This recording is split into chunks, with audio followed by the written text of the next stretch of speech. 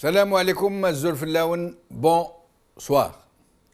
Un juriste de mes amis, à qui j'ai demandé de me donner son avis sur cet avant-projet de constitution, qui défraie la chronique sans pour autant soulever l'indignation qu'il aurait dû soulever, m'a dit ceci. Écoute Djamaldine, excuse-moi mais laisse tomber. Et ce n'est pas d'un juriste, encore moins d'un constitutionnaliste que tu as besoin, mais juste d'une corbeille à papier, pour rester poli. Ce document est un fatras d'absurdités, de contradictions, d'abus et même d'insultes à tout un peuple. Dans un vrai état de droit, ce projet aurait dû provoquer des émeutes. C'est proprement hallucinant. Voici ce que m'a dit ce juriste. J'ai pensé sur le coup qu'il exagérait un peu. Mais cela m'a donné envie d'aller éplucher ce texte, même si je ne suis pas très versé en droit constitutionnel.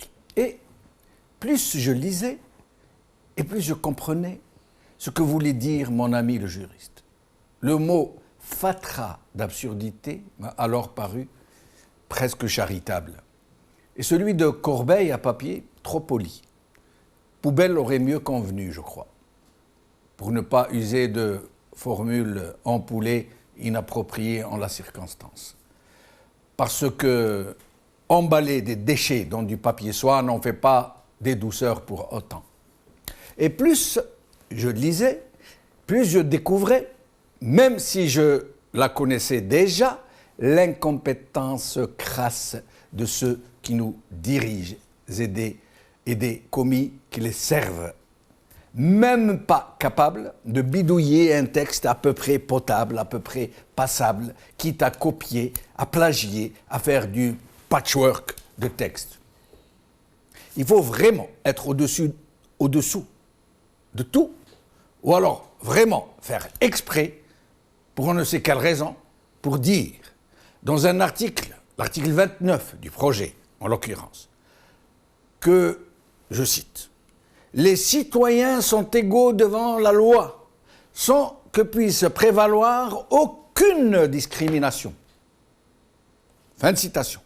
Et dire dans l'article 51, plus loin, je cite, « L'égal accès aux fonctions et aux emplois au sein de l'État est garanti à tous les citoyens, sans autre condition que celle fixée par la loi. » Fin de citation.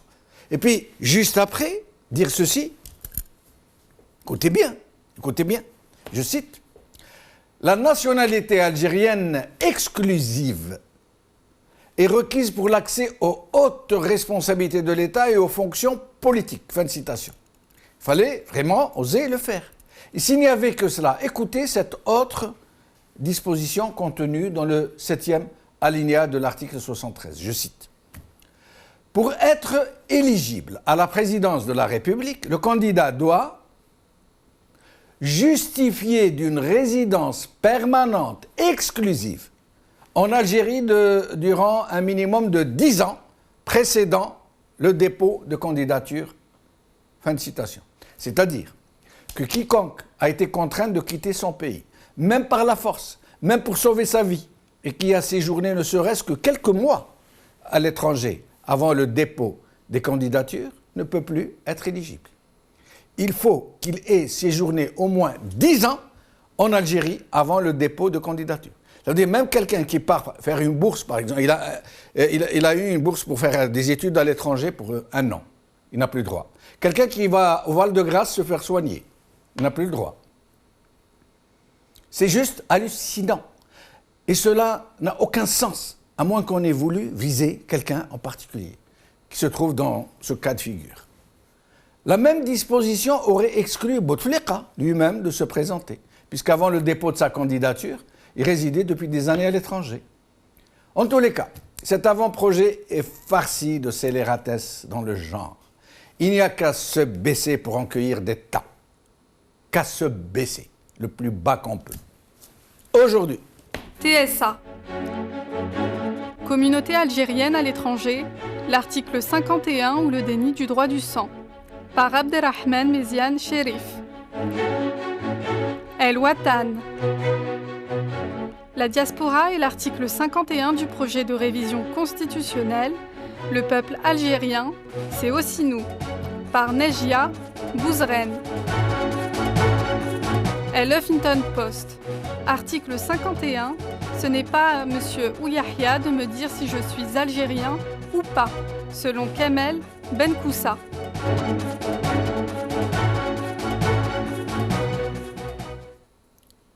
Avec nous aujourd'hui, Yassine Mahi Bahi, médecin et analyste politique à Paris. Iskandar Debesh, défenseur des droits de l'homme à Paris. Et Rachid Nekaz, président du MJC, ex-candidat à la présidence et qui se trouve donc dans ce cas de figure que je viens de citer. Iskandar Debesh est avec nous. Nous essayons de joindre les deux autres invités que nous ne parvenons pas à joindre. J'espère que nous allons pouvoir les avoir au bout du fil. Iskandar Debesh, merci d'être avec nous. Nos amis auditeurs et téléspectateurs. Merci. Ainsi qu'à vous-même. Merci Iskandar. Alors, Iskandar, voilà, on dit que les Algériens qui vivent à l'étranger, dont certains sont des binationaux et d'autres pas, qui ont gardé uniquement leur résidence initiale, originelle, seraient de l'ordre d'environ une dizaine de millions, entre 7 et 10 millions. Oui. Qu'est-ce que vous pouvez nous en dire? Vous-même, vous êtes dans la diaspora algérienne en France. Je compte dans la diaspora algérienne en France. Il faut dire que la diaspora, en fait, les Algériens à l'étranger se concentrent principalement en France, qui compte environ 5 millions d'Algériens. Enfin, 5 millions d'habitants d'origine algérienne, plus exactement. 5 millions, vous avez dit? 5 millions, oui. En France seulement? En France seulement, uniquement. Comment avez-vous pu obtenir ce chiffre, Iskandar? D'après les statistiques, certaines statistiques qui ont été fournies, bon, j'ai consulté diverses sources sur Internet. Mais en France, il est interdit de faire ce genre de statistiques. Attention, en France, il est plus exactement interdit d'établir des statistiques ethniques. Exactement. Donc comme il y a des Français qui sont en même temps algériens, des franco-algériens, faire des statistiques sur eux serait illégal, je crois. Ce serait illégal, oui, absolument.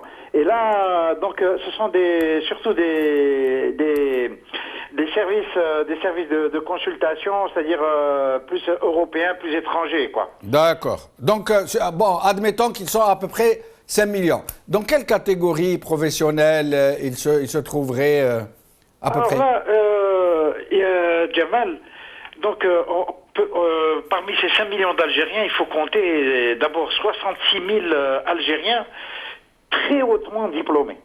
66 000 66 000 Algériens en France très hautement diplômés, de très haut cadre.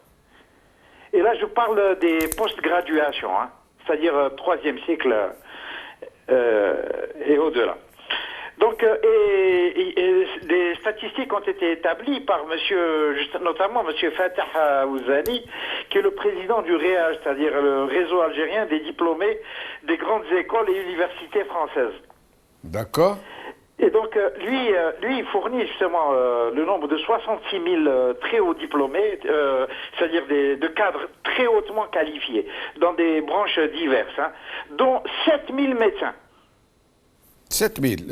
Yassine Mahibé est avec nous. Nous allons lui demander tout à l'heure de nous confirmer ce chiffre. Voilà. Oui. Et donc. Environ 7 000 médecins. Attention. Oui. Et voilà. Et ce chiffre, le chiffre de 7 000, ne concerne que les ressortissants exclusivement algériens, c'est-à-dire résidents en France. Ça veut dire qu'ils n'ont pas forcément la double nationalité. Qui n'ont pas forcément la double nationalité.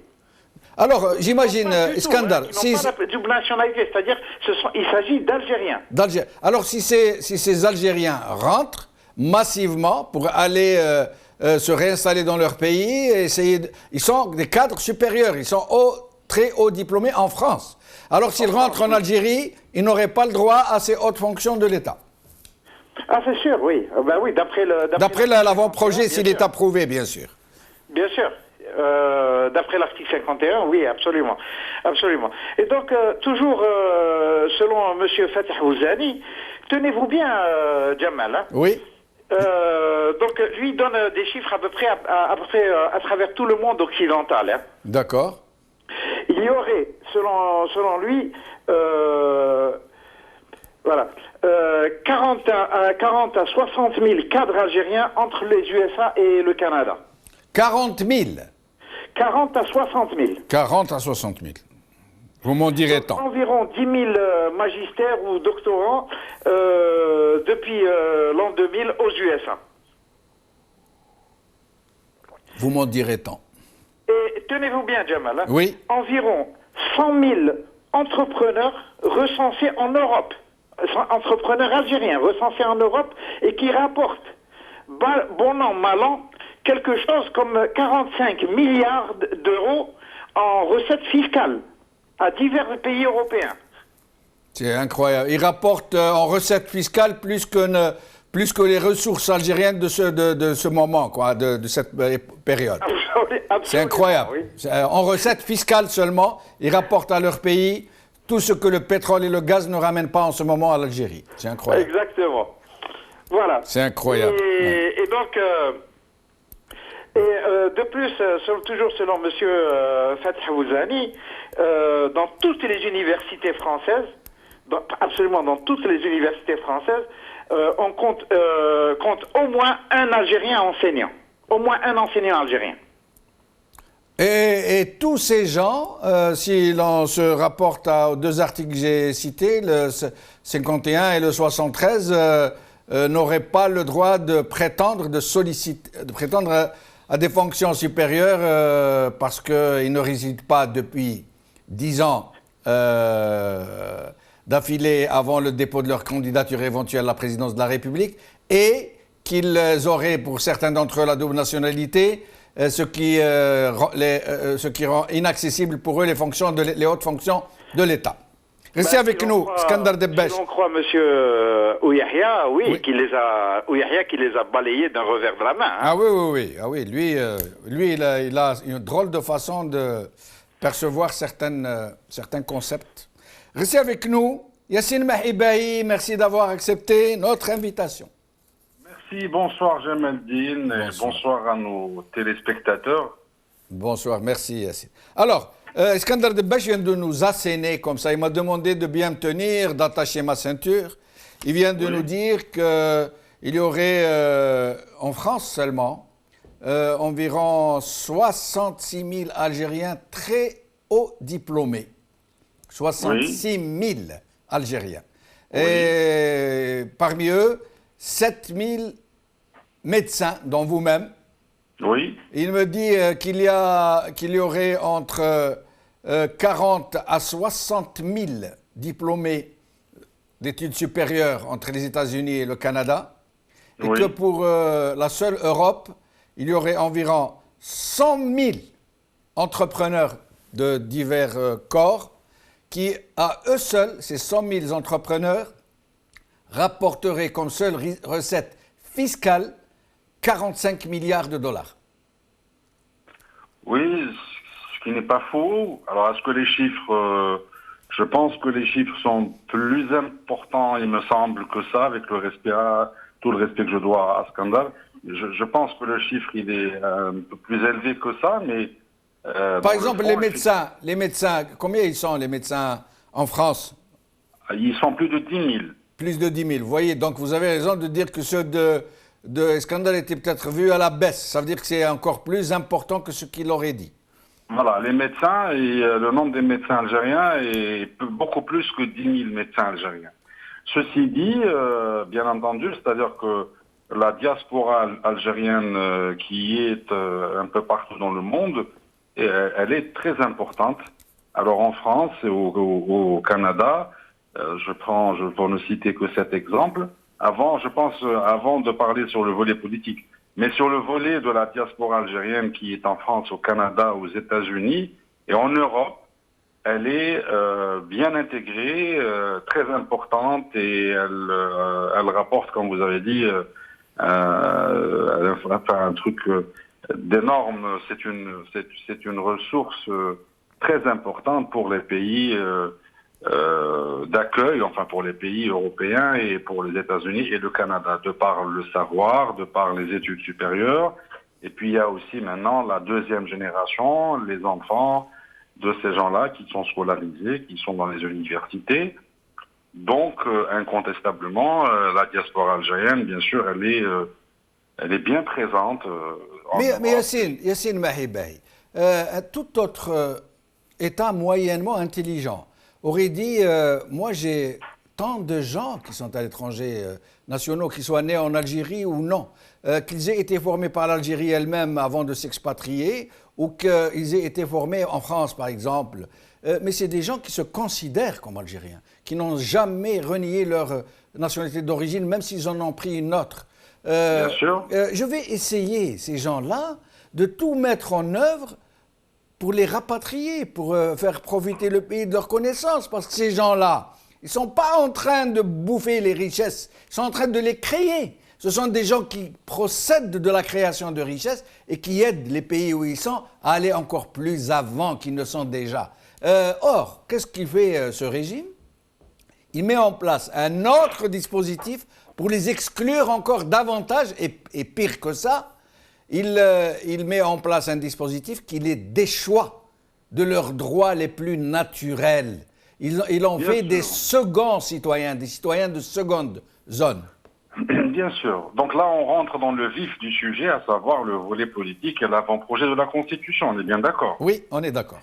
On est d'accord. Nous rentrons dans le vif du sujet. Alors, il faut savoir que le régime actuel, sous la présidence de M. Bouteflika, dans son premier mandat, il y avait un poste de secrétaire d'État des Algériens à l'étranger. Ce poste a été créé, mais il était éphémère. Il l'a enlevé tout de suite. Et ce poste n'a jamais été reconduit ou n'a jamais été mis dans le gouvernement algérien.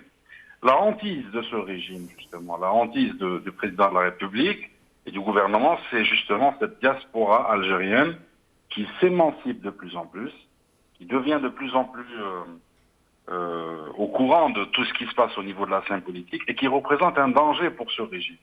Et donc, il a toujours méprisé cette diaspora. Et parlons de la Constitution. Là, j'ai envie de donner mon avis encore beaucoup plus détaillé. On parle beaucoup sur la polémique sur l'article 51 des binationaux. Mais il n'y a pas que l'article 51, Jamel Dine. Il y a l'article 51. Et 73. On en a parlé à l'instant. 73. Oui, on en a parlé. C'est ça le plus dangereux dans cette histoire, c'est cet article 73. Vous vous souvenez qu'avant, l'article 73, qu'est-ce qu'il disait? Il disait que toute personne dont les parents ont participé à des actions contre la Révolution ne peut pas être candidat à la présidence de la République. On est bien d'accord? Oui. Cet article a été abrogé. A été tout simplement abrogé. C'est-à-dire, on ne prend plus en compte celui dont les parents ont participé de façon on nuit à la révolution algérienne. Donc moi, je me pose une question très importante. Avant l'élaboration de cet avant-projet, il n'y a jamais eu, en Algérie depuis l'indépendance, jamais eu une valse de va-et-vient de personnalités françaises comme cette fois-ci. Entre les ministres, le président, Hollande, le Premier ministre, et comme par hasard, la veille de l'avant-projet de la Constitution, le président Bouteflika y reçoit Jean-Louis Debré, président du Conseil constitutionnel français. Est-ce une coïncidence? Voilà. C'est ça les questions qu'il faut se poser finalement. Juste après la conférence de presse de M. Ouyahia pour nous annoncer cet avant-projet, avec la COP 21, le président François Hollande envoie un message de soutien à son homologue algérien, disant qu'il soutient un soutien total de la France à l'Algérie. Donc on se pose des questions par rapport à cet article 73 qui disait que Oulad al-Harka, ils ne pouvaient pas se présenter aux élections présidentielles. Aujourd'hui, Oulad al-Harka peuvent se présenter aux élections présidentielles pour dire plus, voilà, pour que les gens comprennent le message finalement. Donc moi je me pose cette question, les binationaux, mais je me pose aussi la question du rôle de la France. Et dans ce même sens, Khaled Nazar, qu'est-ce qu'il a dit hier? Il a dit dans une de ses conférences de presse, il a dit si la démocratie avait été instaurée en 62, le cordon ombilical aurait été bien coupé avec la France. Donc il a reconnu que le cordon ombilical n'a jamais été coupé. Moi, c'est ça qui me pour la Constitution. C'est qu'ils ont demandé l'avis de beaucoup de personnalités françaises, la ministre de l'Éducation nationale. Rappelons-le, Najat Vallaud-Belkacem qui a des origines berbères. Ils ont demandé l'avis de beaucoup de gens, et surtout le président du Conseil constitutionnel. Jamais aucun président du Conseil constitutionnel français n'est venu en visite officielle en Algérie comme ça. Donc c'est ça les questions qui se posent vraiment, au lieu de faire de la polémique. C'est vrai que c'est une exclusion. Le pouvoir et le régime est en train d'exclure les Algériens binationaux. Il y a des Algériens maintenant. C'est pour dire que voilà, l'Algérie, on va la fermer. On va créer une Algérie ultra-nationaliste, ce qui est complètement faux et aberrant, et on va rejeter les autres. Mais voilà Yassine Mahibay, en France en ce moment, il y a une grosse polémique autour de cette déchéance de nationalité pour les gens convaincus de terrorisme. Oui. Ça veut dire qu'ils sont en train de dire, nous, quelqu'un qu'on a convaincu, ça veut dire dont on a la preuve qu'il allait commettre des actes terroristes en France et qui a une nationalité, une double nationalité, ça veut dire franco-algérien, franco-marocain, franco-libanais, etc. Là, on le déchoit de sa nationalité française. Et là, ça fait un boucan énorme. La plupart des Français ne sont pas d'accord. Et beaucoup de gens sont montés au créneau pour dire que c'est scélérat, que c'est déplorable de créer un double collège de la citoyenneté ainsi en France, etc. Et des gens montent au créneau. Alors, et c'est un cas, et c'est des cas qui sont prévus pour des cas de terrorisme. Alors que chez nous, d'une manière générale, ils considèrent que tous ceux qui ont acquis une double nationalité et tous ceux qui n'ont pas résidé les 10 dernières années en Algérie sont de facto des citoyens de seconde zone et qu'ils perdent de fait certains de leurs droits, les plus naturels. Cela démontre tout simplement, l'échec total du régime. Une constitution dans un pays, c'est quelque chose de sacré. Écoutez, nous sommes indépendants depuis 1962. Combien de constitutions l'Algérie a connues? Je ne sais pas. 7, 8, 6 en France 6 ou 7, non, mais je crois. 7, c'est ça, je ne sais pas. Oui, si on en compte la révision de 2008, ça doit être 7, je crois. 7, ça, il ne se compte plus de toutes les façons. Il y en a tellement qu'on ne les compte plus. Voilà, il y en a tellement que bon. En France, depuis la création de la Première République en 1789, nous sommes à 5 constitutions. C'est la 5e République. En Algérie, entre 2008 et 2015, vous avez déjà 2 constitutions. Donc cela démontre quoi? Quand vous dites qu'en France, le débat sur la déchéance de la nationalité fait polémique entre beaucoup de gens qui sont contre, alors que chez nous, c'est autre chose. Chez nous, c'est un régime qui est basé sur l'oligarchie, le non-respect de la loi. Parce qu'on a toujours dit que le problème de l'Algérie, ce n'était pas la Constitution, mais c'était d'appliquer les lois de l'État. Or, ce que je voulais vous dire, c'est que la chose aussi la plus importante, quand on va vers une modification de la Constitution, ne serait-ce qu'un article, dans un pays qui se respecte, on va aller vers le peuple. On demande l'avis du peuple, c'est ce qu'on appelle le référendum populaire. Or, le président de la République, en 2008, il a modifié la Constitution, l'article qui parlait des mandats illimités, en utilisant les 2 chambres du Parlement, les députés et les sénateurs. Et alors que la Constitution elle-même dispose qu'en cas de changement majeur de ce type, ça ne peut pas se faire par la voie parlementaire. Exactement. Ouais. Donc il a changé cet article. Combien il était important? Parce que aux yeux de beaucoup d'observateurs politiques, nous avons eu une constitution en 89 qui a été bien faite, qui a été faite dans le cadre des libertés individuelles, du multipartisme, des libertés d'expression, des associations.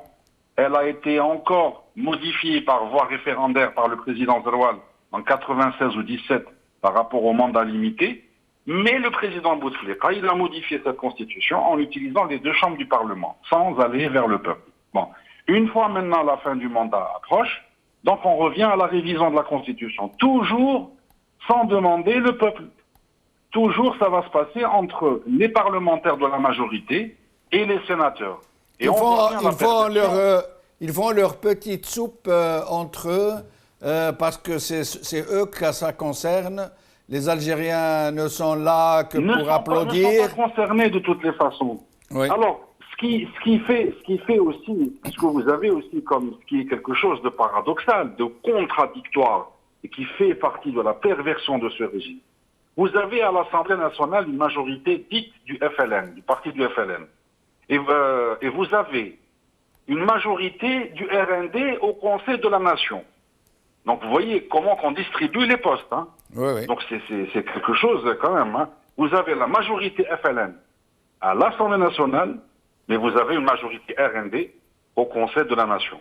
Donc tout ceci, tous ces éléments ne sont que des instruments entre les mains du régime qui fait ce qu'il veut avec, comme je vous ai dit, la question moi que je me pose, le rôle de la France, des politiques français dans cette constitution qu'on est en train de nous imposer.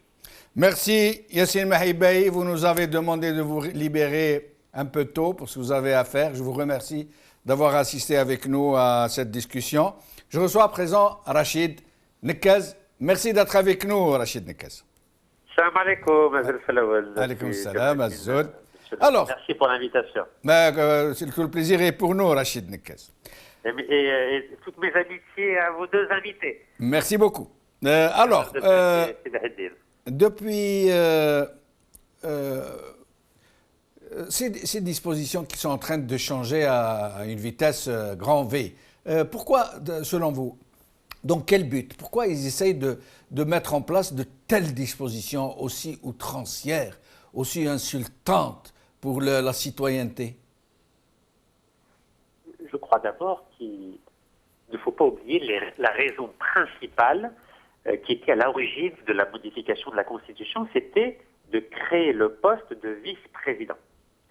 Il s'avère que depuis 2 ans, quand on parle de cette question de vice-président, ils n'ont pas réussi à se mettre d'accord sur la personne qui bénéficierait, j'aimerais dire, de ce titre de vice-président en cas de disparition rapide du président Bouteflika due à sa longue et grave maladie. Donc comme ils n'ont pas réussi à se mettre d'accord sur le nom de la personne qui serait vice-président, ils se sont dit, ok, on n'arrive pas à se mettre d'accord, et bien pendant le temps, on va essayer de se mettre d'accord, on va essayer d'éliminer les concurrents les plus crédibles, les plus solides. Et il s'avère que depuis 2 ans, où j'occupe une partie de l'espace politique algérien, j'ai petit à petit pris de l'importance, notamment au sein de l'électorat jeune algérien. Et je crois, en dehors de M. Benflis, que je suis celui qui pouvait représenter un véritable danger en cas d'élection anticipée. Car il ne faut pas l'oublier que le président Bouteflika est le dernier président qui se revendiquait de la légitimité révolutionnaire. Aujourd'hui, il n'y a plus de personnages qui peuvent se revendiquer de la légitimité révolutionnaire. Le dernier en date, on vient de l'enterrer, c'était Sirfine Ethernet, donc il n'en a plus. Donc aujourd'hui, le prochain président de la République devra se réclamer de la légitimité démocratique. Donc il faut éviter... Et quelle légitimité révolutionnaire aurait le grand Moujahid Bouteflika? Laquelle? Il était chef de wilaya, il était shahid, il était grand Moujahid, qu'est-ce qu'il était? Il faisait la sieste au Mali, me dit-on. On l'appelait Haj Abdelkader el-Mali. Ou alors il était à Oujda. Jamal Din Menchenouf, je vais vous dire quelque chose. Oui. Moi, je ne rentre pas en détail si un tel a été vraiment révolutionnaire ou pas. Comme là, avec la polémique, Zohra Drif, Yasser Saadi, etc. Je ne rentre pas là-dedans. Ce qui compte, c'est que... Mais quand vous dites légitimité révolutionnaire... Je vais répondre. D'accord. Je vais vous répondre. D'accord. Ce sont toujours ceux qui ont le pouvoir qui font l'histoire. Vous savez très bien. Oui, là, je suis d'accord. C'est jamais les vaincus. Oui. Voilà. Donc aujourd'hui, il faut qu'on tienne compte de ceux qui sont au pouvoir.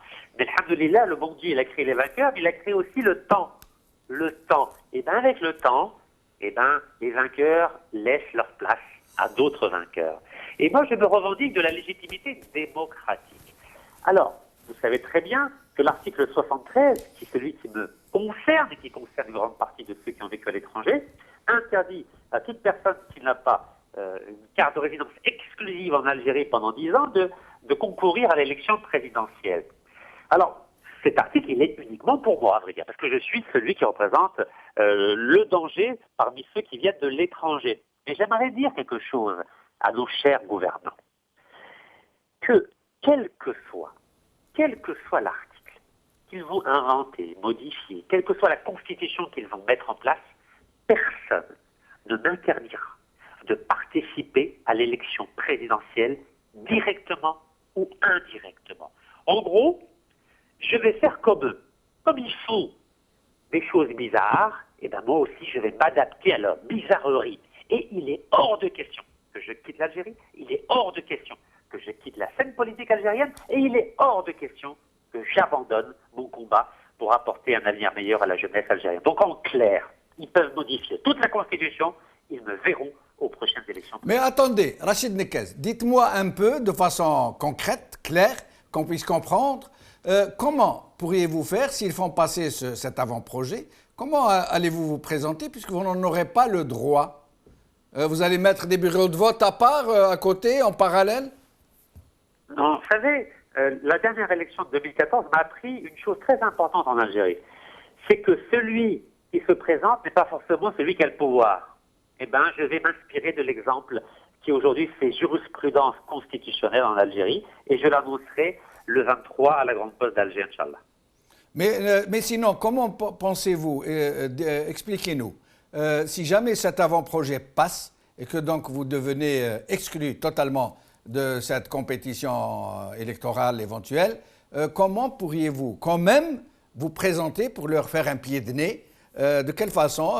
Ce serait assez amusant de le savoir, si ce n'est... ce serait très intéressant de le savoir. Vous avez les exclusivités, Jamaldine. En clair. Oui. Vous savez, cette idée m'a été soufflée par mes centaines de milliers de fans sur ma page Facebook que je tiens à remercier et à saluer aujourd'hui. En clair, ils m'ont dit « Présente quelqu'un et tu seras derrière ». Alors, je tiens à vous dire dès maintenant, il y aura un candidat des cases. Bravo. Il y aura un candidat des cases aux prochaines élections présidentielles, Inch'Allah. Vous allez vous trouver un lièvre alors? Pas du tout, je viens de vous répondre. Il y aura un candidat des cases aux prochaines présidentielles, Inch'Allah. Que ce soit en 2016, en 2017, en 2079, il y aura un candidat des cases, Inch'Allah. Parce que je veux continuer ce combat pour la jeunesse algérienne. Ils me font confiance et j'en suis honoré et je ne les abandonnerai jamais. Et pour cela, ils peuvent changer la Constitution autant qu'ils veulent. Ils peuvent me condamner pour espionnage ou pour contrebande ou fitna, je ne sais quoi encore, parce que je ne sais pas si vous êtes au courant. Je suis poursuivi pour espionnage. J'allais vous poser la question. Vous devez être bientôt entendu par un juge pour une histoire abracadabrante dont on ne comprend pas très bien ce qu'elle signifie. Expliquez-nous un peu. Écoutez, c'était lors de la marche de 1255 km entre Tizi Ouzou et Ain Salah contre le gaz de schiste. Et il faut savoir qu'entre la ville de Médina, donc au sud de Rabdaïan, et Ain Salah, il y a 400 km sans cabine téléphonique, sans réseau téléphonique, sans pompe à essence. Il n'y a absolument rien. On a l'impression qu'on est au Mozambique. Le pays des 800 milliards de dollars depuis 15 ans n'est même pas capable d'avoir un réseau téléphonique digne de ce nom dans une tranche de 400 km entre la ville de Médina et la ville de Ain Salah. Donc, pour éviter d'avoir des problèmes en cas d'urgence, et on ne sait jamais, il peut y avoir des urgences, donc j'ai acheté sur eBay 2 petits talkie-walkie d'une portée de 35 km au cas où il y aurait un problème entre la logistique, donc il y a une voiture qui me suit, donc qui constitue la logistique, et moi, qui suis en train de marcher. Eh bien, figurez-vous qu'à Tizi Ouzou, on m'a saisi ces deux talkie-walkie, et je leur ai dit, mais attendez, mais si vous me les saisissez, je risque d'avoir des problèmes durant la marche. Et ils m'ont fait savoir que justement, vous saisissez ces talkie-walkie, comme ça vous allez abandonner votre marche. Alors, je n'ai pas abandonné cette marche, et alhamdoulilah, j'ai été accueilli par 25 000 citoyens de Ain Salah le 18 avril 2015, et ça a été un franc succès. Alors, 9 mois après, on me sort une histoire d'espionnage et de contrebande. En clair, le juge de Tizi Ouzou m'a dit que nous avons expertisé vos talkie-walkie, et le résultat de l'expertise est que vous avez réglé les deux talkie-walkie sur la fréquence de la police nationale. En clair, je suis poursuivi pour espionnage de la police nationale. Je dis, écoutez, on a l'impression qu'on est à Guantanamo maintenant. Donc tout ça pour dire quoi? Tout ça pour dire que le pouvoir en place aujourd'hui ne sait plus quoi faire, ne sait plus quoi inventer pour essayer de déstabiliser les concurrents politiques potentiels. Et moi, je leur ai dit, si vous voulez me mettre en prison, je suis devant vous, mettez-moi en prison. Pour moi, c'est un honneur d'aller dans les prisons algériennes pour voir les conditions de vie de nos détenus et que personne ne m'empêchera de poursuivre ce combat pacifique pour un changement en Algérie. Restez avec nous, Rachid Nekez. Restez avec nous. Nous allons bientôt ouvrir le standard. Nous allons revenir vers Iskandar Debech pour une question, puis nous ouvrirons le standard pour nos téléspectateurs. Donc, Rachid Nekez vient de dire au régime que ce serait intéressant pour lui d'entrer en prison, dans les prisons algériennes, pour nous rapporter un peu les conditions atroces dans lesquelles se trouvent les détenus en prison. Iskandar Debech. Oui, Jamal. Alors, vous avez entendu Nekez, Rachid Nekez, ce qu'il... Oui, j'ai entendu Rachid Nekez, et là, justement, j'aimerais rebondir là-dessus, parce que vous savez, je suis un ancien des transmissions. Oui. Des transmissions nationales en Algérie. Et là, j'aimerais rappeler une chose, c'est que d'abord, du point de vue de la puissance, pour la puissance des appareils de radiocommunication, et notamment pour les talkie-walkie, qui ne dépassent pas les 1000 watts, en fait. Là, on est pratiquement dans des appareils de 40 watts, qui peuvent avoir une portée de 30 à 40 km environ. Ils sont autorisés, jusqu'à 1000 watts, ils sont autorisés en Algérie. On peut même les acheter dans le bazar du coin, paraît-il. Pardon? On peut même les acheter dans le bazar du coin. On peut même les acheter au bazar du coin, absolument. Ouais. Et là, je parle, c'est-à-dire 1000 watts, je peux parler, c'est-à-dire du quasi-professionnel, attention. Hein. Oui. Ils sont autorisés. Maintenant, pour ce qui est des fréquences, il y a des fréquences qui sont réservées à la police et qui sont pratiquement inaccessibles. On ne peut pas les toucher, celles-là. C'est-à-dire que ce sont des fréquences préréglées. Et notamment sur les talkie-walkie, qui travaillent en VHF. Alors que la police travaille pratiquement dans l'ultra haute fréquence, c'est-à-dire dans la bande UHF. Ce qui n'a absolument rien à voir. Donc, cette accusation qui est portée contre notre ami Rachid Nekez, de la part du juge en question, je trouve qu'elle est absolument mensongère. Absolument. Et là, il faudrait juste consulter les textes régissant justement le droit des communications radio en Algérie, justement pour s'en convaincre. Et puis, ce que vous dites tombe sous le sens, Iskandar, parce que en France, par exemple, ou en Angleterre, ou en Allemagne, ce genre de talkie-walkie se vend un peu partout. On peut le commander même par correspondance, et personne ne parvient à rentrer dans les fréquences de la police ou des services de sécurité ou de la gendarmerie. C'est quasiment impossible. C'est impossible de rentrer dans les fréquences, que ce soit les fréquences militaires, ou bien les fréquences de la gendarmerie, ou bien dans les fréquences de la police.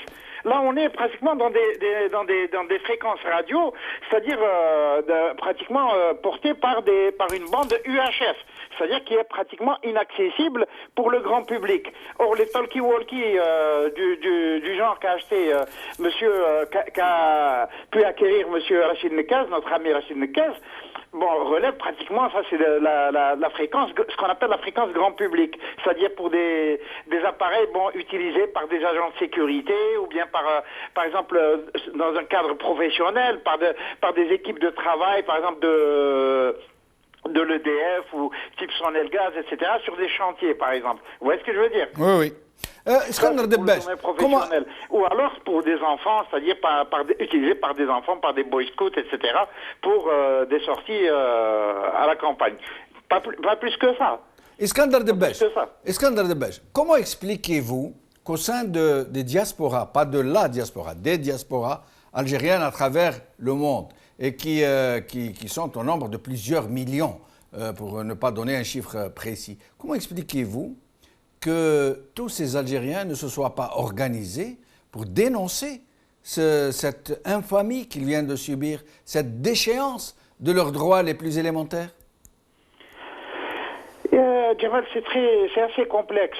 Ça, c'est très complexe. Bon, d'un côté, il y a une certaine indifférence de la part du commun des Algériens, c'est-à-dire vis-à-vis par rapport à ce qui se passe en fait en Algérie. C'est-à-dire, il y a une sorte de lassitude qui les gagne, et en même temps, ils sont gagnés un peu par une comment on peut appeler ça, une sorte de fatalité devant une fatalité de l'impuissance. Vous voyez ce que je veux dire? Oui, Alors, oui. ils se disent, après tout, quoi qu'on fasse, ce sera toujours comme ça. C'est-à-dire, le pouvoir utilisera toujours des subterfuges. Il faut pas oublier, n'oublions pas d'abord que c'est un pouvoir qui se maintient, qui puise ses ressorts, justement, dans une sorte de perversion. Et donc, grâce à des subterfuges, vous voyez ce que je veux dire? Restez avec nous, Iskandar. Voilà. Nous allons recevoir quelques appels. Restez avec nous, vous et Rachid Nekaz. Farouk de France. السلام عليكم. Wa alaykoum salam. Ahlan vik, c'est Farouk. واهلا السلام عليكم صحة الله بشر. انا على الماده 51 اللي زاد كامل اولادنا عايشين في فرنسا. هي هذه قضيه نتاع الدوله او يدير في المشاكل وبغوا يديروا المشاكل ويديروا لي بروبليم. حبوا يديروا لنا هذه الماده وحنا ماناش قابلينها نطلبوا من رئيس الجمهوريه ان ينحوا. والسلام عليكم ورحمه الله. وعليكم السلام ورحمة الله. طاهر من شرقة. عليكم. وعليكم السلام. أهلا سي طاهر، مرحبا بك. واش اخويا جمال؟ لاباس يعيشك خويا، يبارك فيك.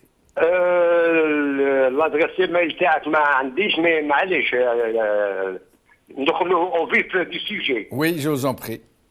J'apprécie monsieur Iskandar Debech sur la bonne et la précise question que le DRS et la police sont en liaison avec leur talkie-walkie qui n'atteint même pas 50 km. Chaque wilaya a son réseau. Alger, Raya, pas plus. Alger, Tizi Ouzou non plus. Merci. Alger Blida non plus. Merci Tahar de Shraga. Jamal de Londres. Oui. Je vous en prie, si Jamal, تفضل. صح اخويا السلام عليكم. السلام ورحمة الله. والله c'est deux petites mises au point. La première concernant l'article 51. Oui. On n'en est pas à la première connerie le pouvoir à Hachak. Parce que je ne sais pas si vous vous rappelez dans les années 80 du temps du FLN de Msaadi Ben Jdid. Il y avait la charte du FLN, l'article 120 de la charte du FLN. Oui. Elle disait textuellement qu'il n'était pas permis à un Algérien non membre du FLN d'accéder à une fonction supérieure. Déjà à l'époque. C'était le premier et le deuxième collège en quelque sorte. Oui. France a déguisé en quelque sorte. Oui. Le deuxième point que je soulève, c'est l'intervention de C. Abbas Madani. À propos de l'AIS, il a dit que l'AIS ne faisait pas partie du FIS. Mais il n'a jamais déclaré ça avant. Il le savait, pourquoi il ne l'a pas fait? Je suis vraiment étonné. Il n'a déclaré ça que hier ou l'avant-hier. D'accord, merci. Sebti de Ain Beda. Yamin de Paris. Liamin de Paris. Allô, salam alaikum. Wa alaykoum salam, ahlan bik, c'est Liamin. Où je me suis aujourd'hui? Ah, le sujet est à l'article 51. Vous avez appelé sans connaître le sujet? Pour le 51, pour les immigrés. أنا عميه.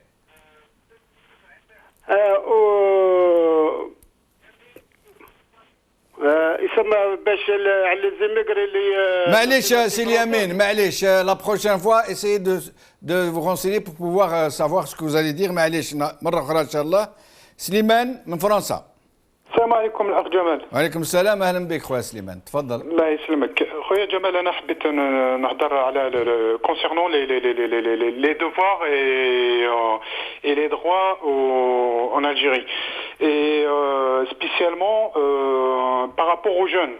Comme vous savez, le peuple algérien est jeune, très jeune.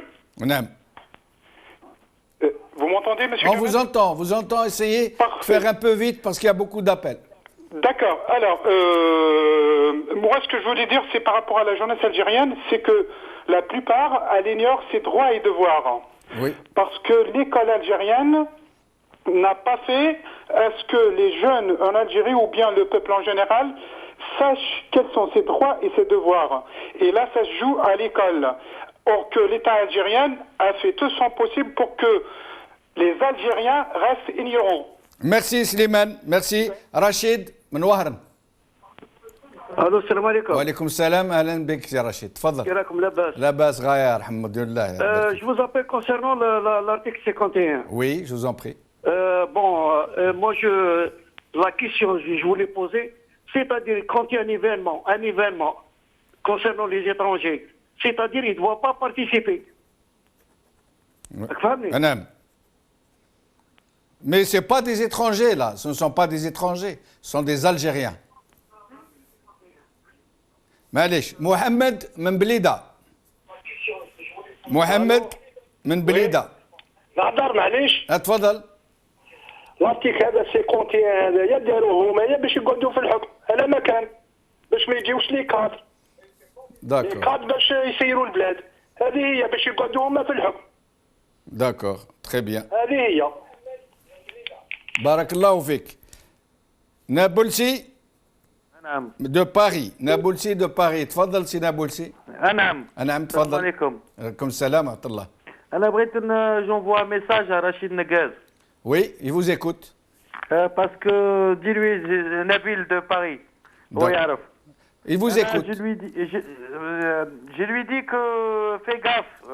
J'ai voulu lui donner des conseils. Il n'a pas voulu entendre. Il a voulu juste percer sur ses idées. Parce qu'on n'a plus, on n'a plus le droit de parler dans ce pays. Donc, je ne sais pas ce qu'on doit faire, quoi. Très bien, je vous remercie. Je vous remercie. Amel Mentounes. Alain Bek Amel. Allô, bonsoir. Bonsoir Amel, merci d'être avec nous. Merci à vous. Merci. Je ne sais pas de quoi il s'agit, mais juste parce que M. Jamel, j'aime toujours suivre vos émissions. Je vous ai déjà appelé il y a, je crois, 2 mois. Je m'en rappelle, je m'en rappelle, je suis honoré. Vous avez un français impeccable, et parce que le niveau est de plus en plus en dégradation, alors vraiment j'aime suivre votre émission. Mais de quoi il s'agit? Il s'agit en fait d'un avant-projet de constitution où on considère que les Algériens qui vivent à l'étranger n'ont pas le droit de se présenter à la présidence, ils n'ont pas le droit de prétendre à certains hauts postes de l'État, que s'ils ont une double nationalité, même s'ils ont abandonné la nationalité, l'autre nationalité, ils restent frappés, flétris à jamais, qui ne peuvent jamais ouvrir droit à une candidature à la présidence, entre autres. Bon, je ne sais pas si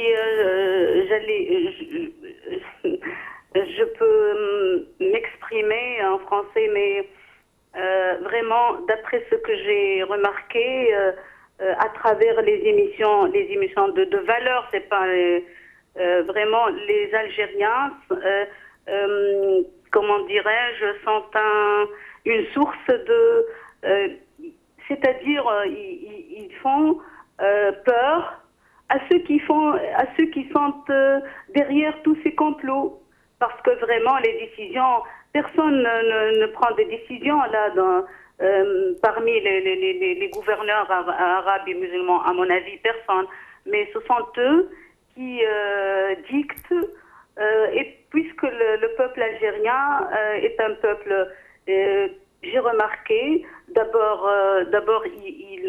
vraiment il tient à sa religion, et puis il est conscient, et puis c'est-à-dire rien ne lui est caché, même si en apparence peut-être vous pouvez remarquer des choses vraiment, comment dirais-je,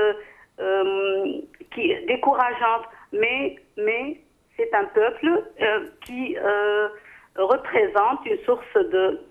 Il fait peur à ceux qui ceux qui ont un projet ou un programme de détruire cette nation arabe, musulmane, dans les années à venir. Merci beaucoup, Amel. Merci pour les Algériens, en espérant que vous nous rendrez plus souvent visite.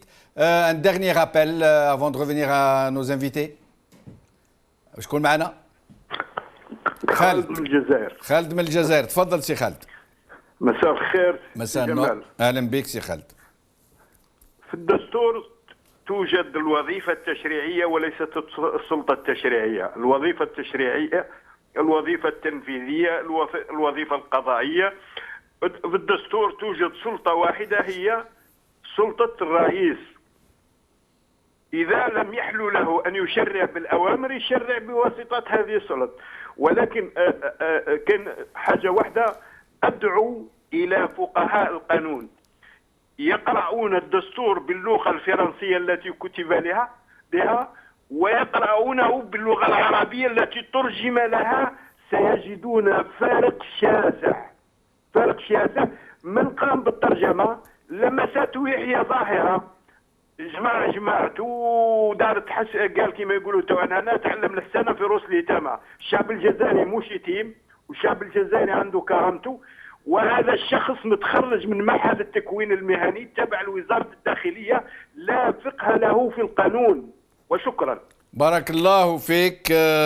Je reviens à mes invités et je tiens à signaler, comme avait déjà rapporté la même remarque, que c'est très très important, que ça pourrait être gravissime. Je demande à ceux qui connaissent un peu ces eaux-là de nous éclairer sur cette grosse différence qui existerait entre la version française et la version arabe de cet avant-projet. Nous venons de perdre Nekaz malheureusement, je voulais lui donner le mot de la fin.